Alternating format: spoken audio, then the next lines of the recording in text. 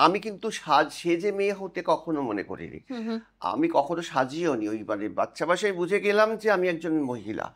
আর সেখানে পরিবারের একটা অনেক বড় ব্যাপার থাকে। আমাদের মতন বাচ্চারা কিন্তু আমি একান্নবর্তী পরিবারে থাকতাম। শুধু বাবা-মা আমি তো নয়, অনেক বড় পরিবার এবং আমাদের এখনো বাড়িটা অনেক বড়। একটা পাড়ার অংশ বলতে গেলে নৈহাটিতে। নৈহাটিতে। নৈহাটিতে, হ্যাঁ, পুরনো বাড়িটা।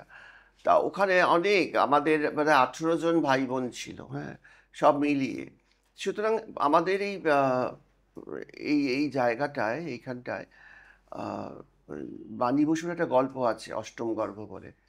তা ওখানে একটি বাচ্চা, উনি বোধহয় ওর নাম ছিল ছেলেটি, ও ধর্ষিত হচ্ছে পরিবারে। আমার তখন খুব মনে হয়েছিল, দেশে লেখাটা বেরোচ্ছিল আরকি। মানে আমি তখন দেখলাম যে সত্যিই লেখকরা আ দে 'তৃতীয় নয়ন' থাকে। তখন আমি অনেক ছোট।